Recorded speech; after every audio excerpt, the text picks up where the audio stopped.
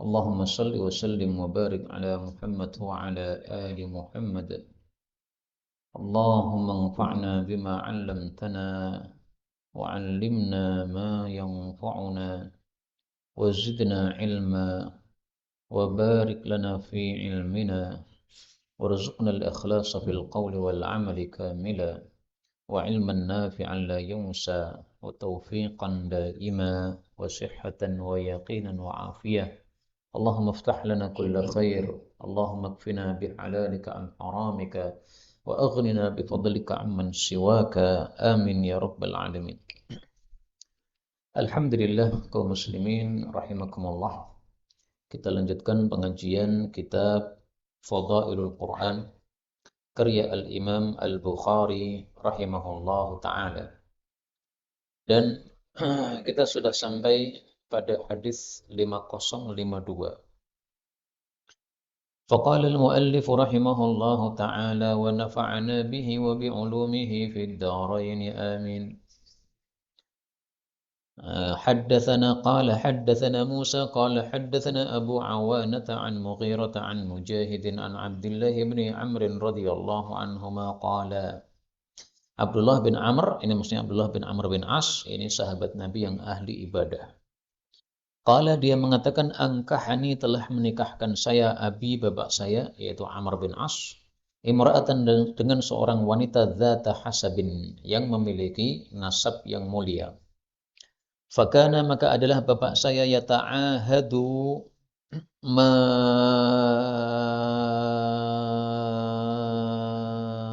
apa yata'ahadu itu? Mengunjungi kannatahu, mantunya, mantu perempuan. Fayas'aluha, lalu dia bertanya kepada mantunya tadi, an ba'liha, tentang suaminya. Fataqulu, maka si mantu mengatakan, ni'mar rajul, sebaik-baik orang. Min rajulin, yaitu seorang laki-laki, lam yata', yang belum pernah menyentuh, lana, bagi kami, firasyan, tempat tidur. Maksudnya, belum pernah hubungan intim. Walam yufattish, dan belum pernah memeriksa, lana, bagi kami, kanafan, tutupan. Maksudnya, belum pernah mengumpuli istrinya. Karena kalau mengumpuli istri, itu harus membuka tutupannya, yaitu bajunya. Mungdhu atainahu, sejak kami datang kepadanya. Falamma, maka tatkala ta'ala dzalika, lama hal itu, alaihi, terhadap dirinya, dzakara lin nabiyyi sallallahu alaihi wasallam, maka dia ceritakan kepada Nabi sallallahu alaihi wasallam. Faqala, maka Nabi bersabda, ilqani bih, temukanlah saya dengan dia. Falaqituhu ba'du, maka saya pun menjumpai dia setelah itu. Faqala, maka Nabi bertanya, kaifa tasum, bagaimana kamu puasa? Qala, dia menjawab, kulla yaum, setiap hari. Qala, beliau bersabda, wa kaifa takhtim, bagaimana kamu mengkhatamkan Quran? Qala, dia menjawab, kulla laylah, setiap malam. Qala, Nabi bersabda, sum fi kulli syahrin thalathah, puasalah setiap bulan 3 hari. Waqra'il Qur'an, dan bacalah Qur'an, maksudnya katamkan Qur'an, fi kulli syahrin, pada setiap bulan. Qala qultu, dia mengatakan, utiku, saya mampu, aktsara min dzalik, yang lebih banyak dari itu. Qala, beliau bersabda, sum thalathata ayyam, puasalah 3 hari, fil jumu'ah, dalam satu Jumat, maksudnya satu pekan. Qultu, saya mengatakan, utiku aktsara min dzalik, saya mampu lebih banyak dari itu. Qala, beliau bersabda, aftir yaumain, berbukalah 2 hari, wasum yauman, dan puasalah 1 hari. Qala qultu utiku aktsara min dzalik, dia mengatakan saya mampu lebih banyak dari itu. Qala, beliau bersabda, sum afdalus shaum, puasalah paling afdalnya puasa, sauma Dawud, yaitu puasanya Nabi Dawud. Siyama yaumin wa iftara yaumin, yaitu puasa 1 hari dan berbuka 1 hari. Waqra' fi kulli sab'i layalin, dan bacalah, maksudnya katabkanlah, pada setiap 7 malam, marratan, 1 kali katam. Kemudian dia berkomentar, ya. Sampai di sini sudah selesai sabda Nabi. Kemudian Abdullah bin Amr berkomentar, falaitani, maka alangkah inginnya saya, qabiltu, saya menerima rukhsata, keringanan Rasulullah sallallahu alaihi wasallam, dari Rasul. Wadaka, dan hal itu adalah anni kabirtu, bahwasanya saya sekarang ini tua, wada'uftu, dan menjadi lemah. Fakana yaqra'u, maka dia itu biasanya membaca ala ba'di ahli, kepada sebagian keluarganya, as-subu' minal Qur'an, sepertujuh dari Qur'an, bin nahar, di waktu siang. Walladhi yaqra'uhu, dan yang dia baca, yang ariduhu minan nahar, dia pun setorkan pada waktu siang. Liyakuna akhaffa alaihi, supaya itu menjadi lebih ringan baginya, bil lail, di waktu malam. Wa idza, dan apabila arada dia ingin ayyataqawwa, untuk menjadi kuat, aftara ayyaman, dia pun berbuka beberapa hari, wa ahsa, dan dia hitung, wa shama mithlahunna, dan dia pun berpuasa semisal hitungan tersebut, karahiyata ayyatruka syai'an, karena tidak suka kalau dia meninggalkan sesuatu, faraqan nabiyya sallallahu alaihi wasallam alaih, yang dia meninggalkan Nabi, maksudnya dia berpisah dengan Nabi karena Nabi sudah wafat, atas kondisi tersebut.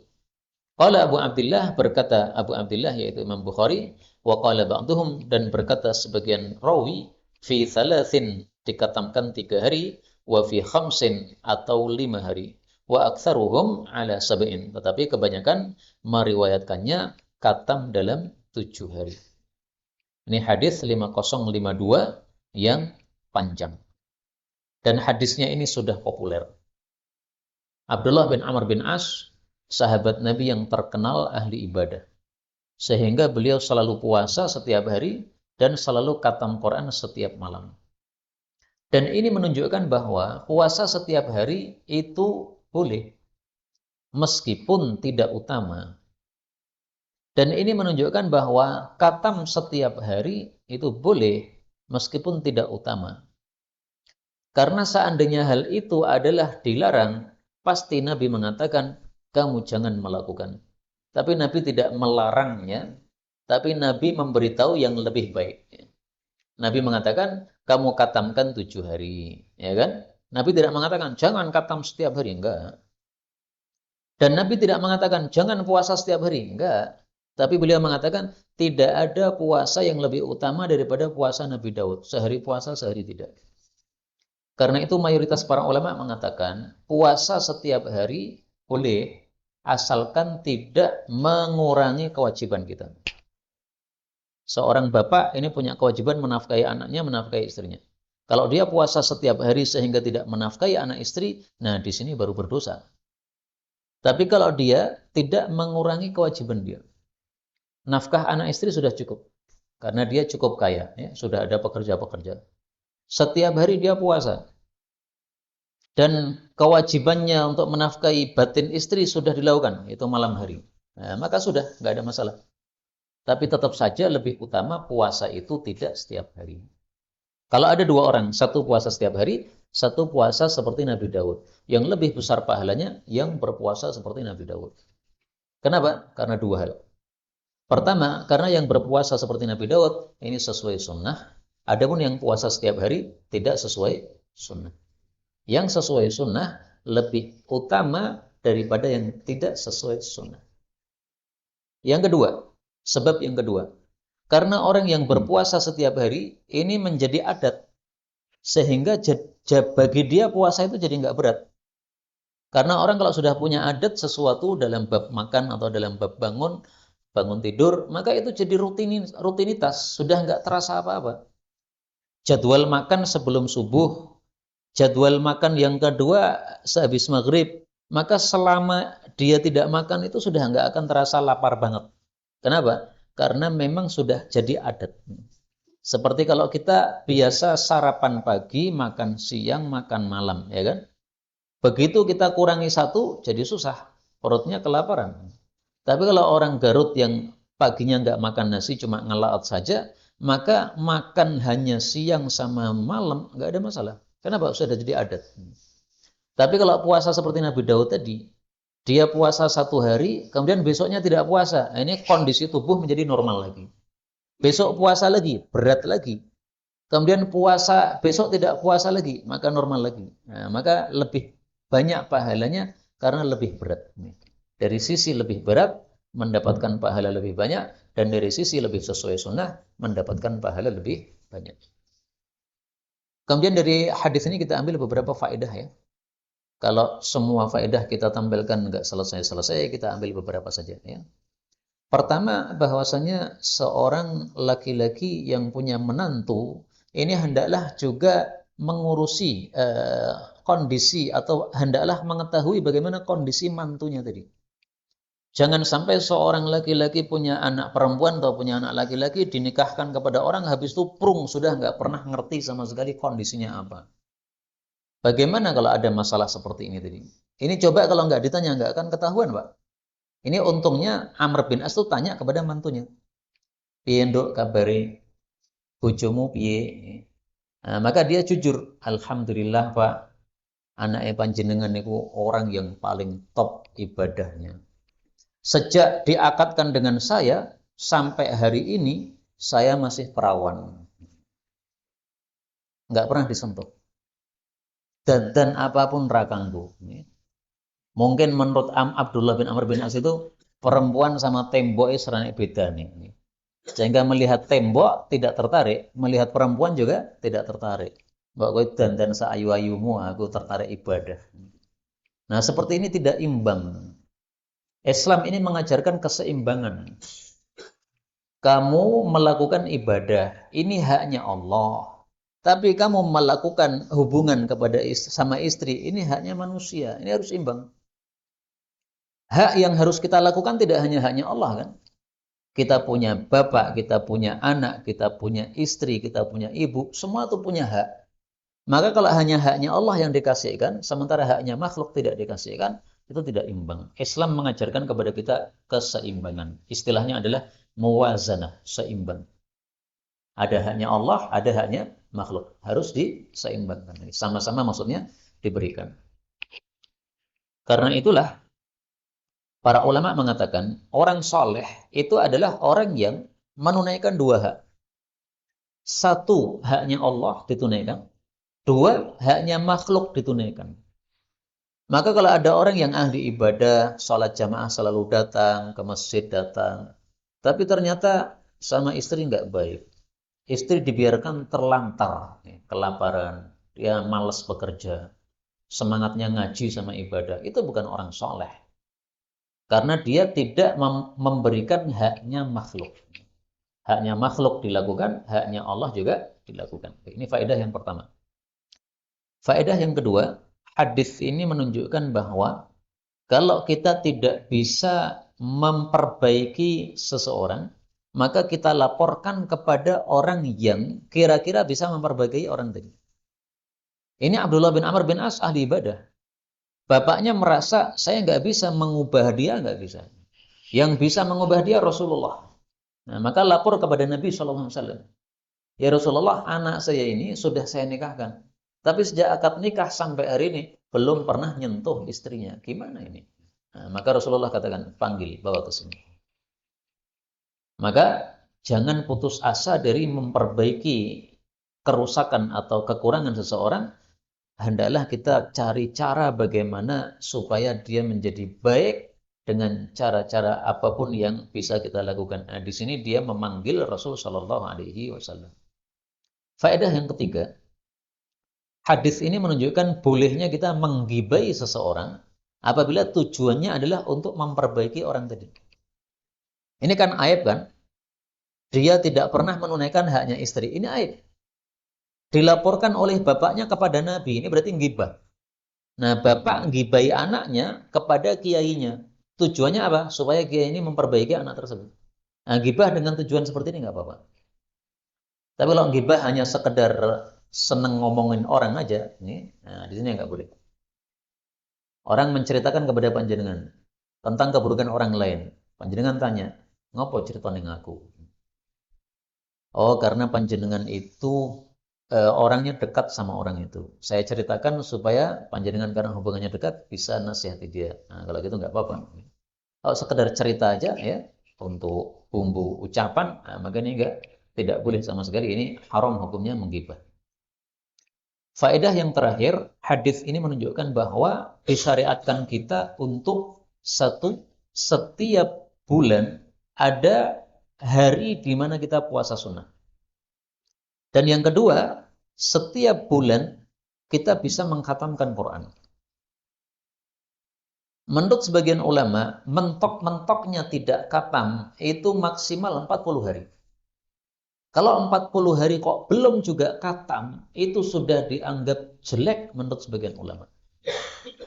Kenapa? Karena hadis-hadis Nabi yang kita kumpulkan tentang perintah mengkhatamkan Quran, itu paling jauh itu 40 hari. 3 hari ada, 5 hari ada, 1 pekan ada, 1 bulan ada. Nah, mentoknya itu 40 hari, Pak. Di atas 40 hari nggak pernah ada.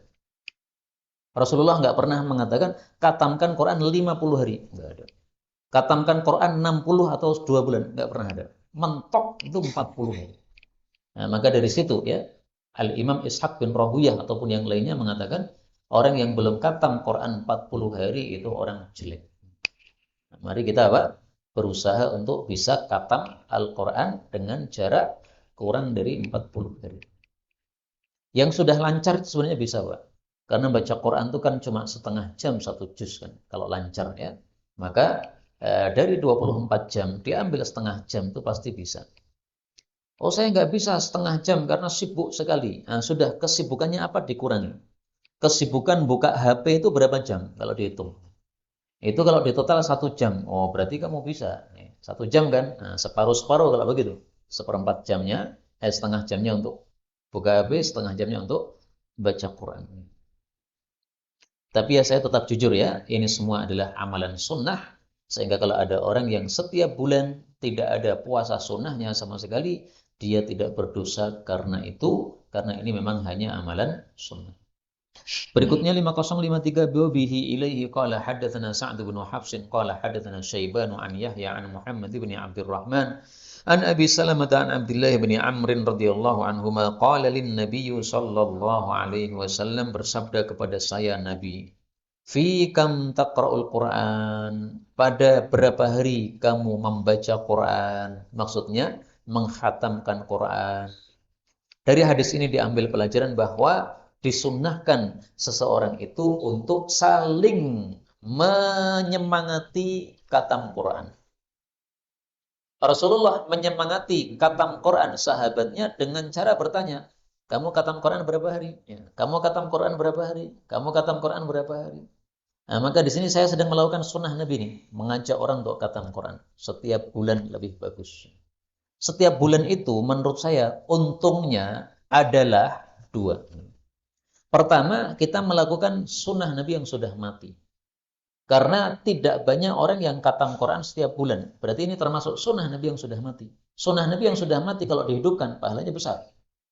Keuntungan yang kedua, kalau kita khatam Quran setiap bulan adalah kita bisa menentukan bacaan kita sesuai tanggal. Tanggal berapa sekarang? 10 apa nih? Oktober, November. 10 November. Nah, berarti kita baca juz 10. Besok tanggal 11, baca juz 11.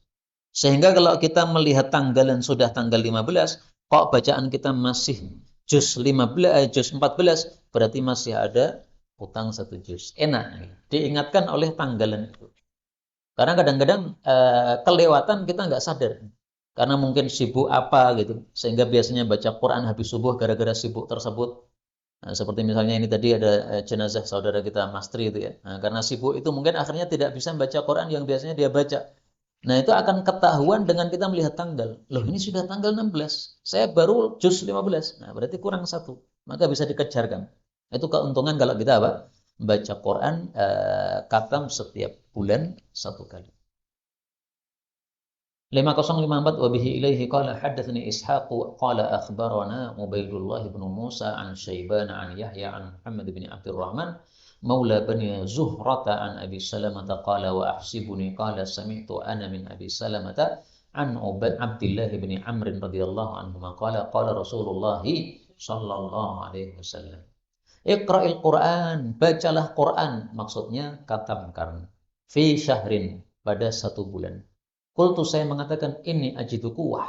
Sesungguhnya saya mendapati kekuatan. Maksudnya, saya itu lebih kuat daripada itu. Ya. Kalau 1 bulan terlalu remeh bagi saya. Hatta qala, sampai akhirnya Nabi mengatakan, faqra'hu fi sab'in. Kamu katamkan dalam 7 hari. Wala tazid ala dhalik, dan jangan tambah dari itu. Maksudnya jangan khatam Quran kurang dari 7 hari. 6 hari jangan, 5 hari jangan, 3 hari jangan.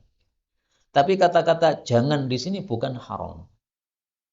Taunya dari mana? Dari hadis yang lain. Dalam hadis yang lain Rasulullah mengatakan, Iqra'il Qur'ana fi thalathin.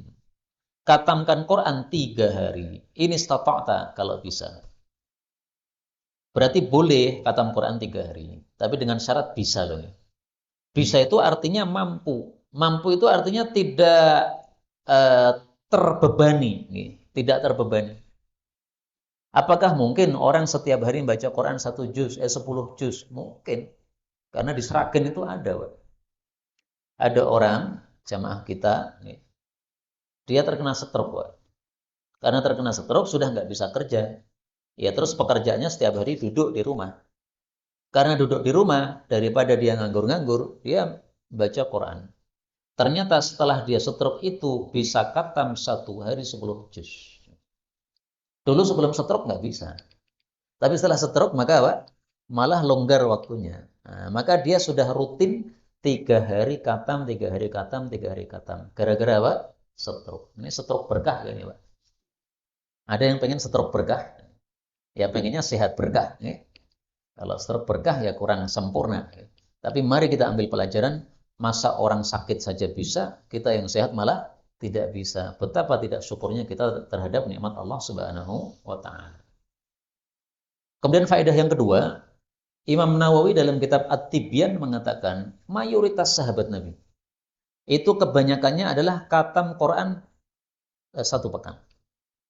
Sesuai perintah Nabi di sini, khatamkan dalam 7 hari 1 pekan. Ini mayoritas. Jadi sahabat Nabi itu kan bertingkat-tingkat kan ya. Ada yang imannya tinggi, ada yang Arab-Arab Badui itu, ya, imannya bertingkat-tingkat. Tapi mayoritas dari mereka itu, yang jumlah sahabat Nabi kalau di total itu 124.000 sahabat Nabi, mayoritasnya kata Imam Nawawi, itu khatam Quran dalam setiap pekan. Terus cara mengkhatamkannya bagaimana setiap pekan? Bukan dalam bentuk juz-juz, bukan. Tapi 3 surat, 5 surat, 7 surat, 9 surat, 11 surat, 13 surat, kemudian surat-surat pendek dari Qaf sampai dengan apa? Dengan An-Nas. Maka pas itu apa? 7 hari pembagiannya. Jadi hari pertama itu 3 surat. Baqarah, Ali Imran, Nisa, begitu.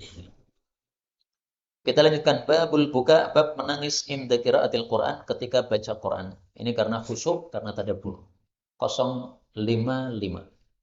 وبه إليه قال حدثنا صدقة قال أخبرنا يحيى عن سفيان عن سليمان عن إبراهيم عن أبي لتا عن عبد الله قال يحيى بعض الحديث عن عمرو بن مرة قال للنبي صلى الله عليه وسلم حاء التحويل وحدثنا مسدد عن يحيى عن سفيان عن الأعمش عن إبراهيم عن أبي لتا عن عبد الله قال الأعمش وبعض الحديث حدثني عمرو بن مرة عن إبراهيم وعن أبيه عن أبي الضحى عن عبد الله قال Qala Rasulullah sallallahu alaihi wasallam, Iqra' alayya, bacakan Quran kepada saya. Qala, berkata Abdullah, qultu, saya menjawab, Aqra' alaik, saya baca kepada Anda wahai Rasul, wa alaika unzil, padahal kepada Anda Quran diturunkan. Qala, beliau bersabda, inni ashtahi, sesungguhnya saya ingin an asma'ahu, untuk mendengarkan Quran min ghairi, dari orang lain. Qala, Abdullah mengatakan, faqara'tun nisa, maka saya baca surat An-Nisa, hatta idza balaghtu, sehingga ketika saya sampai, fa kaifa idza ji'na min kulli ummatin bi syahidin wa ji'na bika 'ala haula'i syahida. Maka bagaimana jika kami datangkan dari setiap umat seorang pesaksi, yaitu para nabi, Dan kami datangkan engkau wahai Nabi Muhammad sallallahu alaihi wasallam kepada mereka yaitu umatmu sebagai saksi. Qala li, maka Nabi bersabda kepada saya, kuffa, tahanlah. Au qala, atau Nabi bersabda, amsik, tahanlah. Faraitu, maka saya melihat ainaihi, kedua mata beliau tadhrifan, melelehkan air mata. Hadis ini menunjukkan beberapa hal. Yang pertama, disyariatkan kalau membaca Quran itu dengan tadabbur, dengan penuh peresapan, perhatian. Rasulullah kok bisa nangis ini kenapa? Karena meresapi. Kalau tidak meresapi nggak akan nangis. Rasulullah bayangkan bagaimana besok kalau di akhirat saya dibangkitkan oleh Allah, kemudian umat saya semuanya dibangkitkan oleh Allah, saya menjadi saksi bahwa saya sudah menyampaikan dakwah kepada mereka. Tapi mereka ada yang tidak terima, ada yang menerima. Yang tidak terima ini dimasukkan neraka oleh Allah Subhanahu wa taala. Nah, Nabi saking kasih sayangnya kepada umatnya sampai nangis, Pak. Teringat umatnya. Kasihan umatku ya. Saya sudah sampaikan tapi mereka menolak. Ya akhirnya Allah masukkan neraka. Bukan salah saya sudah menyampaikan. Tapi saking rahmatnya Nabi itu sampai nangis. Yang kedua, hadis ini menunjukkan disyariatkannya mendengar Quran dari orang lain. Karena kadang-kadang kita kalau membaca Quran sendiri itu kurang khusyuk. Tapi ketika mendengar bacaan orang bisa khusyuk. Jadi dua amalan ya, baca Quran ini satu amalan, mendengarkan bacaan juga amalan. Kalau sekarang gampang sekali, setel murattal, itu termasuk ibadah. Kalau kita membaca Quran itu ibadah mata dan ibadah mulut. Kalau kita mendengarkan murattal itu ibadah telinga. Jadi telinga itu juga bisa ibadah, mendengarkan yang baik-baik termasuk Al-Quran. Faedah yang ketiga, hadis ini menunjukkan disyariatkannya seorang murid membaca Quran kepada gurunya. Ini namanya setoran. Dan ini sudah kita bahas dulu, bahwasanya cara mempelajari Quran ada dua macam. Yang pertama, ardun, setoran murid kepada guru. Yang kedua, sama'un, murid yang mendengarkan bacaannya guru. Jadi guru membaca, murid nyimak. Dari nyimak ini tahu, oh cara bacanya begini. Melihat kepada mulutnya guru dengan cara membacanya. 505 wabihi ilaihi qala haddatsana Qais bin Habs qala haddatsana Abdul Wahid qala haddatsana Al-A'mash an Ibrahim an Abi Datas Salmani an Abdullah bin Mas'ud radhiyallahu anhu qala lin Nabiy sallallahu alaihi wasallam Iqra' alayya qultu aqra'u alayka wa alayka unzil qala inni uhibbu an asma'ahu min ghairi. Ini sama, Pak, enggak usah diterjemahkan ya. Babu ismi, bab dosanya man ra'a, orang yang riya bi qiraatil Quran, dengan bacaan Quran, au ta'akkala, atau cari makan bihi, dengan bacaan Quran, au fakhara, atau membanggakan diri bihi, dengan bacaan Quran. Jadi menurut Imam Bukhari tiga ini sama-sama dosa. Satu riya, baca Quran supaya diketahui orang bahwa dia ahli baca Quran. Atau membaca Quran supaya orang semuanya tahu bahwasanya bacaan dia bagus. Kalau bahasa sekarang supaya viral. Maka ini dosa. Karena berarti tujuannya bukan untuk pahala. Kalau tujuannya untuk pahala, tapi setelah itu viral, nggak ada masalah. Karena tujuan itu yang dihitung oleh Allah Subhanahu wa taala. Yang kedua adalah cari makan dengan bacaan Quran. Zaman dulu ada orang-orang yang datang ke majelis begini nih. Kemudian mengatakan kepada orang-orang, siapa yang mau dengarkan bacaan Quran? Nah, maka orang-orang yang tidak hafal Quran senang. Zaman dulu kan belum ada mushaf. Mushaf itu jarang sekali. Nah, maka kalau ada orang baca Quran senang mereka. Nah, setelah dia membacakan Quran, hafalan-hafalan dia setorkan kepada para jamaah, lalu dia kemudian mengiderkan kotak infaknya. Semua yang mendengarkan tadi masukkan infak di sini. Habis itu dia bawa pulang duitnya tadi. Minta-minta dari bacaan Quran dia, ini nggak boleh. Dosa. Berbeda dengan mengajarkan Quran. Kalau mengajarkan Quran, boleh mengambil upah.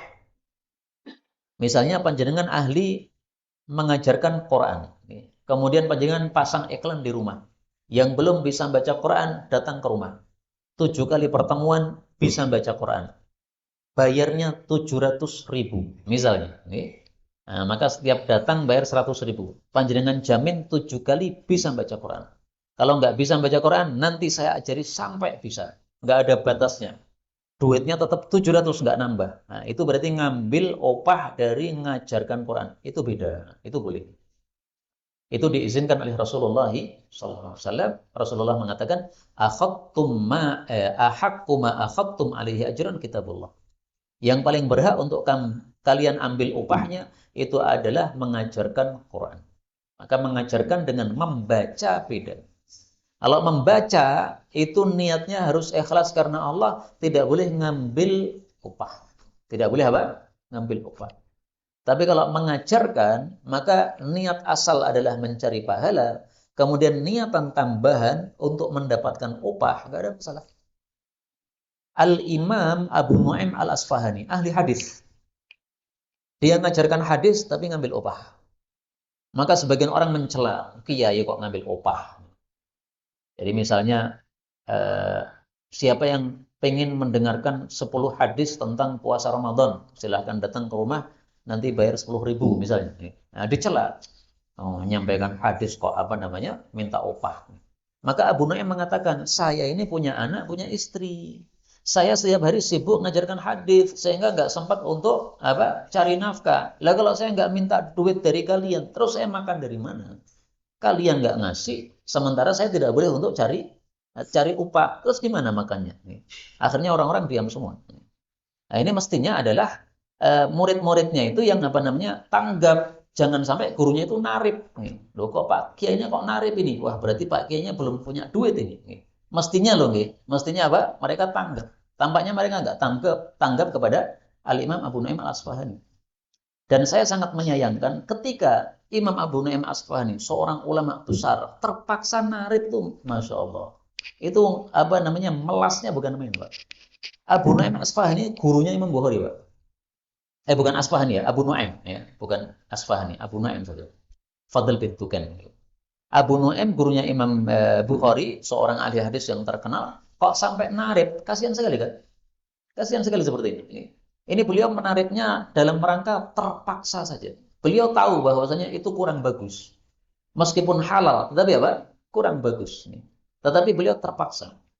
Nah, maka kalau melihat ceritanya Abu Nu'aim ini, ya kita bisa mewajari kalau kita melihat ya sebagian guru-guru ngaji yang sekarang ini kemudian pasang tarif, tidak ada masalah. Memang itu halal bagi mereka. Dan mereka melakukan seperti itu karena memang pasti butuh, sebagaimana Abu Nu'aim ini. Kalau tidak butuh, lebih baik nggak usah pasang tarif. Yang mau ngaji sama saya silahkan datang ke rumah. Bayarnya berapa Pak? Nggak usah bayar. Saya dapat kaidah dari guru saya, alim majana kama ulim tamajana. Ajarkanlah ilmu dengan gratisan sebagaimana kamu diajari oleh Allah secara gratisan. Kita lahir itu kan nggak punya apa-apa, Pak. Nggak ngerti huruf ABC, nggak, Pak. Kemudian oleh Allah diajari sampai kita bisa ngomong, sampai bisa membaca, dan sebagainya. Itu Allah gratis, sama sekali nggak pernah kita bayar sama Allah. Nah, maka kata guru saya, alim majanan kama ulimta majanan. Ajarkanlah ilmu dengan gratis sebagaimana engkau diajari oleh Allah dengan secara gratis. Maka lebih baik tidak narib daripada narib. Tapi saya ulangi lagi, kalau panjenengan terpaksa narib, silahkan, halal. Kemudian yang ketiga adalah fakhara bihi, membanggakan diri. Baca Quran untuk membanggakan diri. Nah, ini loh bacaan saya seperti ini. Ini loh hafalan saya kuat. Nah, membanggakan diri itu tempatnya di hati sini. Sehingga yang tahu ya dirinya sendiri. Kita nggak tahu apakah seseorang itu baca Quran karena membanggakan diri atau karena Allah, kita nggak tahu. Yang tahu adalah diri kita masing-masing. Maka mari kita berhati-hati dalam baca Quran. 1, jangan riya. 2, jangan untuk cari harta dunia. Yang ketiga, jangan untuk membanggakan diri. 57. وبه إليه قال حدثنا محمد بن كثير قال أخبرنا سفيان قال حدثنا الأعمش عن خيثمة عن سويد بن غفلة قال علي رضي الله عنه سمعت النبي صلى الله عليه وسلم يقول Ya'ti akan datang di akhir zaman qaumun, satu kaum hudatsaul asnan, yang muda-muda usianya, sufahaul ahlam, yang bodoh-bodoh akalnya. Yaquluna, mereka mengucapkan, min khairi qaulil bariyah, dari paling bagusnya ucapan manusia. Ya. Jadi ucapannya indah, pakai dalil Quran, pakai dalil hadis. Tetapi yang merukuna minal Islam, mereka lepas dari Islam, kama yamruqus sahmu, sebagaimana lepasnya anak panah, minar ramiyah, dari sasaran. Maksudnya gini, kalau kita memanah dan panahnya itu melesatnya sangat cepat sekali, maka panah ini akan menembus ke dalam tubuhnya burung atau tubuhnya ayam sampai melesat dengan cepat sehingga anak panah tadi tidak ada bekas-bekas tubuhnya burung saking cepatnya. Burungnya sudah mati, tapi kita lihat anak panahnya, loh, kok nggak ada bekasnya blas ya? Kenapa? Saking cepat. Nah, lepasnya mereka dari Islam itu seperti lepasnya anak panah dari sasaran tadi yang tidak ada bekas. Jadi mereka membaca Quran tapi bekas Islam nggak ada sama sekali. Bekas Islam tidak ada pada amaliyah mereka. La yujawizu, tidaklah melewati imanuhum, iman mereka, hanajirahum, tenggorokan mereka. Jadi iman cuma di mulut, tidak sampai masuk hati. Fa aynama lakitumuhum, dimanapun kalian ketemu mereka, faqtuluhum, bunuh mereka.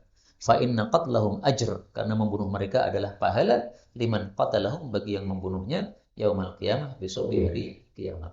Siapa mereka, Pak? Orang-orang Khawarij.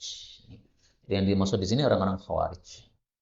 Kapan muncul Khawarij? Di masa Sayyidina Utsman. Mereka memberontak terhadap pemerintahan yang sah, yaitu Sayyidina Utsman, lalu membunuh Sayyidina Utsman. Sayyidina Utsman mati, muncul khalifah baru, Sayyidina Ali. Sayyidina Ali melawan orang-orang Khawarij sehingga mereka kalah. Jadi yang mengalahkan orang-orang Khawarij itu adalah Khalifah Ali bin Abi Thalib. Ali ditanya, wahai Ali, orang Khawarij itu kafir atau muslim? Dijawab, mereka lari dari kekafiran. Apakah mereka munafik? Dijawab, munafik itu zikirnya sedikit. Kalau mereka itu suka baca Quran. Jidat mereka itu hitamnya seperti hitamnya lutut kambing. Maksudnya sangat dahsyat. Kenapa? Kalau sholat itu nggak karuan lamanya. Sholat 1 jam, 2 jam. Bahkan diriwayatkan mereka kalau sholat subuh itu, salam itu sudah terbit matahari, Pak. Saking lamanya sholat. Rakaat pertama baca Baqarah khatam, rakaat kedua baca Ali Imran khatam. Sholat subuh mereka. Tetapi sama sekali mereka lepas dari Islam. Kenapa mereka lepas dari Islam? Karena mereka mengkafirkan kaum muslimin. Mereka menganggap Ali bin Abi Thalib kafir. Mereka menganggap Utsman kafir. Coba, Utsman bin Affan, sahabat Nabi, dianggap kafir. Ini yang menganggap kafir pasti orang kotor, jeleknya, bukan main. Tapi kata Ali bin Abi Thalib, mereka bukan munafik. Karena munafik itu sedikit zikir. Sementara mereka banyak zikir. Terus bagaimana? Kata Ali bin Abi Thalib, orang-orang Khawarij itu adalah hum ikhwanuna. Mereka saudara kita, yaitu masih muslim. Baghaw alaina, tapi mereka melampaui batas kepada kita, yaitu menganggap kita sebagai apa? Orang kafir. Sekarang ini kelompok Khawarij sudah tidak ada, tetapi pemahamannya masih ada. Sebagian orang mengatakan, ya, siapapun yang ikut coblosan berarti sudah musyrik kafir. Sehingga kalau yang ikut nyoblos tadi itu jadi imam, kita nggak boleh jadi makmum. Karena makmum di belakang orang kafir, salatnya tidak sah. Tetangga saya itu, seorang imam masjid, dia nyalek, Pak. Begitu gambarnya nampil di apa itu pinggir-pinggir jalan itu karena nyalek, maka ada orang yang sudah tidak mau lagi sholat di belakang dia. Kenapa? Kenapa nggak mau sholat, Mas? Nah, dia udah kafir. Kok bisa kafir masih sholat 5 kali setiap hari? Karena dia Pak ikut demokrasi. Demokrasi itu syirik, berarti yang ikut syirik berarti syirik semuanya. Maka siapa yang nyalek kafir, musyrik, halal darahnya. Itu kalau dilanjutkan, Pak. Untungnya nggak dilanjutkan halal darahnya. Tapi sebenarnya dalam keyakinan mereka halal. Kenapa? Karena sudah kafir. Sehingga jangan heran kalau ada orang-orang yang berpemahaman merampas hartanya orang-orang itu boleh. PNS itu dianggap kafir. Kenapa? Ikut pemerintah, toghut. Toghut kafir, musyrik karena pakai demokrasi. Berarti siapapun yang ikut mereka berarti kafir semuanya. Sehingga nodong di tengah jalan boleh, kata mereka. Ini pemikiran-pemikiran ini masih ada sampai hari ini. Na'udzubillah min syarri dzalik. Nah, itu namanya orang-orang yang sudah lepas dari Islam. 58. وبه إليه قال حدثنا عبد الله بن يوسف قال أخبرنا مالك عن يحيى بن سعيد عن محمد بن إبراهيم بن الحارث التيمي عن أبي سلمة بن عبد الرحمن عن أبي سعيد الخدري رضي الله عنه أنه قال سمعت رسول الله صلى الله عليه وسلم يقول yakhruju akan keluar fikum di tengah-tengah kalian qaumun satu kaum tahqiruna kalian remehkan salatakum salat kalian ma'a salatihim bersama salat mereka. Maksudnya salatnya para sahabat kalau dibandingkan salatnya khawarij remeh salatnya para sahabat. Karena salatnya para sahabat itu biasa, cepat ya. Salatnya orang-orang khawarij sampai tadi bathoknya gosongnya itu sampai seperti lutut. Wasiyamakum sementara kalian meremehkan puasa kalian ma'ab siyamihim bersama puasa mereka. Wa amalakum meremehkan amal kalian ma'a amalihim bersama amal mereka. Wa yaqra'unal Qur'an, mereka juga membaca Quran, tetapi la yujawizu hanajirahum, tidak melewati kerongkongan mereka. Bacanya cuma di mulut, enggak masuk hati. Yamruquna minad din, mereka lepas dari agama kama yamruqus sahmu, sebagaimana lepasnya anak panah minar ramiyah dari sasaran. Yang dzurufin nasal, dia melihat pada bagian ujung dari anak panah tadi. Fala yara syai'an, tidak melihat apapun, tidak melihat bekas dari sasarannya. Wa yang dzurufil qidah, dan dia melihat pada batangnya anak panah. Fala yara syai'an, tidak melihat sesuatu, enggak ada bekas. Wa yang dzurufir rish, dia melihat pada bulunya anak panah. Fala yara syai'an, tidak melihat sesuatu, enggak ada bekas. Wayatamara, dan dia ragu-ragu fil fuqi, pada fuq. Apa itu fuq? Fuq itu adalah madkhalul watar minas sahm, tempat masuknya anak panah, yang tali panah dimasukkan padanya. Jadi gini, anak panah itu kan ada bagian-bagiannya Pak ya. Bagian depannya yang lancip itu nasal. Belakangnya ini bagian batangnya itu, yang dari kayu biasanya itu. Nah, itu namanya adalah kedah tadi. Kemudian belakangnya lagi ada bulu. Nah, bulunya namanya rish. Belakangnya bulu ini masih ada legoan gitu. Nah, legoan ini yang dimasukkan pada talinya anak panah. Dimasukkan supaya bisa ditarik ya, supaya nanti bisa melesat. Nah, dia melihat arah depannya nggak ada bekas. Batangnya nggak ada bekas, bulunya nggak ada bekas. Terus dia melihat di bagian belakangnya yang melengkung tadi itu, dia ragu-ragu, ada bekasnya nggak ini? Kok kayak ada bekas, kok tidak? Padahal betul-betul anak panah itu mengenai sasaran, mengenai ayam. Ayamnya sudah mati, tapi saking cepatnya anak panah tadi, anak panah yang kita ambil itu nggak ada bekas. Nah, maksudnya mereka tidak ada bekas dari Islam sama sekali.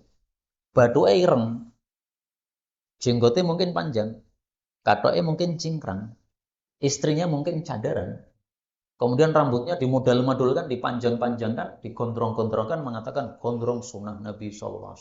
Saking bodohnya mengatakan begitu. Saya tidak menyindir orang gondrong, bukan ya. Tapi ada orang yang pahamnya seperti itu, Pak. Bahwasanya apa? Yang sudah PNS kafir, yang sudah nyoblos kafir. Naudzubillah min syarri dzalik. Itu paham khawarij. Maka kelompok khawarij sudah tidak ada, tapi pahamnya masih meresap di masyarakat. Na'udzubillahi min syarri dzalik. Kata Nabi, mereka sudah lepas dari Islam. Kok bisa lepas dari Islam? Padahal masih sholat. Bahkan sholatnya dahsyat. Kok bisa lepas dari Islam? Padahal masih puasa. Padahal puasanya juga dahsyat. Bukti bahwasanya puasanya dahsyat, sahabat Nabi kalau membandingkan puasaku dengan mereka kalah. Sholatku dengan mereka kalah. Amalanku dengan mereka kalah. Mereka lepas dari Islam gara-gara keyakinan yang rusak dalam hatinya. Meyakini umat Islam kafir. Kalau ada seseorang menggunakan demokrasi untuk menetapkan presiden, apakah otomatis jadi kafir? Menurut para ulama tidak. Kenapa dia menggunakan demokrasi kok tidak pakai aturan Islam? Kenapa? Kenapa dulu? Kalau dia mengatakan aturan Islam itu jelek, nggak cocok untuk Indonesia, yang cocok ya demokrasi. Nah, itu baru kafir karena mengejek syariat Islam. Tapi kalau dia tidak mengejek syariat Islam, dia pakai demokrasi, kenapa? Karena memang di negara ini kenalnya demokrasi. Orang bodoh-bodoh. Jadi dia pakai demokrasi, kenapa? Karena ya yang berlaku di sini begitu. Saya nggak punya pilihan yang lain. Nggak bisa saya untuk memilih tanpa cara itu. Nah, berarti kan terpaksa itu. Itu berarti nggak sampai kafir. Paling banter ya dosa besar. Nah, pelaku dosa besar nggak boleh dikafirkan. Orang Khawarij itu ciri-cirinya yang paling kental adalah mereka mengkafirkan pelaku dosa besar. Kalau ada orang berzina, dianggap kafir. Ada orang minum minuman keras, dianggap kafir. Ada orang melacur, berjudi, dianggap kafir. Nah, gara-gara keyakinan dalam hati seperti itu, kata Nabi, lepas dari Islam. Maka dari sini kita ambil pelajaran. Kadang-kadang lepas dari Islam itu bukan dari perbuatan, tapi dari keyakinan. Perbuatannya malah mantap. Sholatnya dahsyat, puasanya dahsyat. Istrinya dikasih cadar. Ini sama sekali bukan mencela yang bercadar ya, karena istri saya juga bercadar. Tapi ada orang-orang yang pemahamannya itu sesat dalam hati, meskipun amaliyah zahirnya bagus. Cadar kan bagus. Sholat panjang kan bagus. Amaliyah bagus, tapi hatinya rusak. Na'udzubillah min syarri dzalik. Ternyata sudah 45, Pak. Tambah satu hadis lagi, karena kurang satu hadis, satu bab. 59. Wabihi ilaihi qala hadatsana Musaddadun qala hadatsana Yahya an Syu'bah an Qatadah an Anas bin Malik an Nabi Musa an Nabi sallallahu alaihi wasallam. Al-mu'minu alladhi yaqra'ul Qur'an, orang beriman yang baca Quran, wa ya'malu bihi dan mengamalkan Quran, kal utrujjah, seperti buah utrujjah. Boleh juga dibaca utrunjah. Boleh juga dibaca utrujah. Buah utrujah itu ta'muha, rasanya thayyibun, lezat, wa rihuha dan baunya thayyibun, wangi atau lezat, ya, enak nih. Jadi maksudnya orang beriman itu sudah bagus karena punya iman. Kalau pengen lebih bagus lagi, silahkan baca Quran dan mengamalkan. Ketika dia membaca Quran dan mengamalkan, maka bagusnya sempurna. Diibaratkan oleh Nabi bagusnya sempurna, seperti sempurnanya buah utrujah. Utrujah itu sempurnanya dua. Dari sisi bau, sip. Dari sisi rasa, sip. Buah itu kan yang dicari kan cuma dua itu, toh. Rasanya gimana, baunya gimana. Ada buah yang rasanya lezat, tapi baunya amit-amit. Ya, panjenengan makan sambil ngeter, Pak. Metes. Ada yang baunya lezat, tapi rasanya pahit. Nah, panjenengan makan sambil meringis-meringis. Tapi kalau baunya lezat, kemudian rasanya lezat, panjenengan ngambil sudah guyu-guyu. Masya Allah. Begitu dimakan, tambah guyu meleh. Bahkan buat utrujah ini menurut para ulama, kelebihannya ada 4. Satu, bentuknya bagus, sehingga mata melihat itu senang. 2, warnanya indah, sehingga warnanya indah dan halus, kulitnya itu halus, sehingga kalau panjenengan sentuh itu tangan juga merasakan kelezatan. Masya Allah, halusnya. Kemudian baunya itu wangi, sehingga kalau panjenengan membau itu hidung kita itu jadi senang. Kemudian rasanya lezat, kalau kita makan maka lidah kita jadi senang. Jadi menyenangkan 4. 1, mata senang memandang. 2, tangan senang menyentuh. 3, hidung senang membau. 4, lidah senang memakan. Ini buah utrujah. Maka ringkasnya, orang beriman supaya sempurna kebaikannya, tambahlah imanmu dengan membaca dan mengamalkan Quran. Sudah iman itu sudah baik. Pengen lebih baik, baca Quran, amalkan Quran. Wal mu'min, dan adapun orang beriman, alladzi la yaqra'ul Qur'an wa ya'malu bih, tidak baca Quran, tidak mengamalkan, katamrah ta'muha thayyib, seperti kurma rasanya lezat, wala rihalaha, tapi enggak ada bau. Artinya apa? Kebaikannya belum sempurna. Kurma itu dalamnya bagus, yaitu rasanya bagus, tapi luarnya enggak tampak. Luarnya biasa aja, orang lihat kurma biasa aja, enggak ada yang tertarik. Jadi baunya tidak menyebabkan orang tertarik. Tapi begitu dimakan, ternyata dalamnya lezat. Nah, sama juga orang beriman itu yang tidak membaca Quran, berarti luarnya nggak kelihatan bagus. Tapi kalau hatinya dibuka, ternyata ada imannya, bagus. Maka kebaikannya belum sempurna. Kenapa? Hanya kebaikan batin, tidak ada kebaikan zahir. Wa matsalul munafiq, perumpamaan orang munafik, alladzi yaqra'ul Quran, yang baca Quran, karraihana, seperti raihan, yaitu raihan itu setiap tanaman yang baunya wangi, kemangi dan sebagainya itu raihan. Rihuha thayyib, baunya wangi, wa ta'muha mur, tapi rasanya pahit. Contohnya paling gampang ya kemangi. Kemangi kan ada pahit-pahitnya dikit, Pak. Meskipun kalau untuk lalapan jadi enak. Tapi kalau kemangi tok, nggak ada yang senang, Pak. Kalau kalau jadi lalapan enak. Yang enak sebenarnya bukan kemanginya, tapi ayamnya itu yang enak. Tambahan kemanginya jadi semakin enak. Nah, maka orang munafik kok baca Quran, nah, berarti juga begitu. Zahirnya bagus, wah baca Quran dia. Kalau dibuka hatinya, wah pahitnya karu-karuan. Artinya apa? Munafik isinya. Wa matsalul munafik alladzi la yaqra'ul Qur'an, perumpamaan orang munafik yang tidak baca Quran kal hangdalah, seperti buah hangdalah. Ta'muha mur, rasanya pahit, au qala khabith, atau busuk, warihuha mur, dan baunya juga pahit. Maka mari kita sempurnakan kebaikan iman kita dengan kebaikan zahir, yaitu membaca Al-Qur'an dan mengamalkan Al-Qur'an, supaya kebaikan kita menjadi sempurna, kebaikan zahir dan batin. Allah Subhanahu wa taala melihat zahir kita dan melihat batin kita. Batin kita yang dilihat oleh Allah adalah hati, zahir kita yang dilihat oleh Allah adalah amal. Wallahu a'lam bishawab. Walhamdulillahirabbil alamin.